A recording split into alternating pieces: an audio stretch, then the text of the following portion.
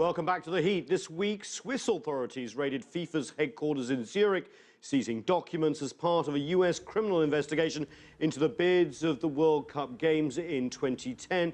FIFA awarded the tournament to Russia, scheduled for 2018, and Qatar in 2022. Allegations of vote buying and potential wrongdoing have dogged the organisation ever since. Joining us now from London is Alexander Nekrassov. He's a Russian political analyst and former Kremlin advisor. First of all, because that's the news that we've been hearing, Sepp Blatter's re-election. Your thoughts? Well, it was no big surprise, to be honest. I think the big surprise would have been if Sepp Blatter would not have been re-elected. Obviously, the majority of national football federations support him. And to be honest with you, I would have been immensely surprised if he didn't win. What was strange that it took basically an effort, in a sense that there was nearly a second round of voting. But on the whole, I don't think anybody was surprised. Now, Russia's had some real problems with this US probe. Let's hear from the Russian President, Vladimir Putin, before I ask you the next question.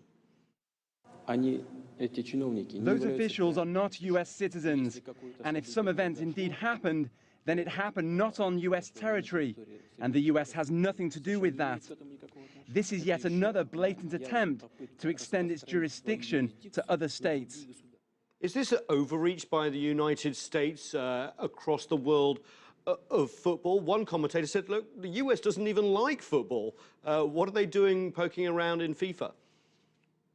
Well, I thought, I thought it was very strange, of course, that the US decided to move into a completely different jurisdiction. I also thought it was very bizarre that the Swiss authorities staged a dawn raid. We are usually accustomed to things like that when mafia bosses are arrested or, right, I don't know, drug dealers and so on. And here, this dawn raid, why? I don't understand that. Well, and do you think the timing, Alex, do you think the timing was important here? Obviously, they're all meeting to re-elect. Oh, obviously. Yeah. Carry on. Obviously, the timing was crucial here, yes. The timing was crucial because it was a blatant attempt to influence the voting at the FIFA Congress. That nobody doubts that at all. Now, what was even more surprising, of course, that the Western press, for example, the British media, the American media, they were like warned in advance. Suddenly this avalanche of reports and articles and comments and so on, blaming Sepp Blatter basically for everything. Now, what I need to, I think, explain to some of the viewers is that FIFA is an umbrella organization which includes the national football federations, actually 219, as a matter of fact. And any problems that start with FIFA start from the bottom. So the corruption we are talking about is mostly happening on the ground. FIFA is at the top of it all. Yes, of course, we are hearing that there were some vote rigging and so on, but the main corruption is on the ground. And I think European football, some European federations, which was screaming their heads off, basically, along with the medias, saying that Sepp Blatter have to go, there has to be change in FIFA, they better look at themselves. European football is funded by all sorts of billionaires. We see transfer fees going up to 100 million and more. We see betting syndicates sponsoring football events. There's a lot of things to change on the national level. So, of course, FIFA has its own problems and nobody's doubting it. But to accuse, Sepp Blatter and his execs of every sin in the world, that was way, way over the top.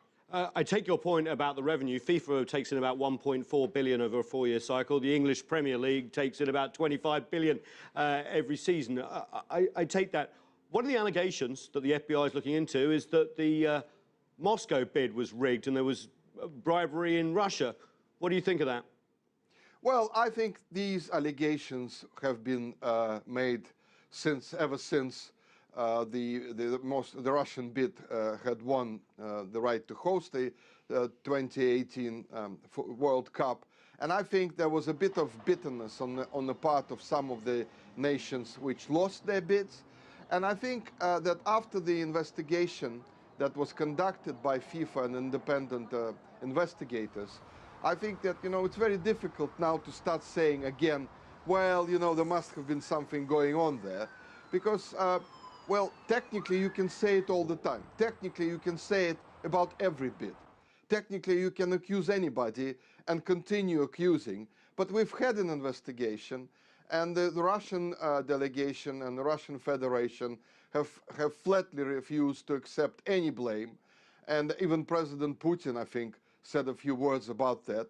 So, I don't think it actually makes sense to play these games anymore. Well, is it just a case of sore losers? What could be the other motives in your mind? Well, I think that, my personal opinion, I think that FIFA, I think, is a big, big business now. And let's be quite honest about it. This football World Cup is probably the most lucrative franchise in the world, sports franchise.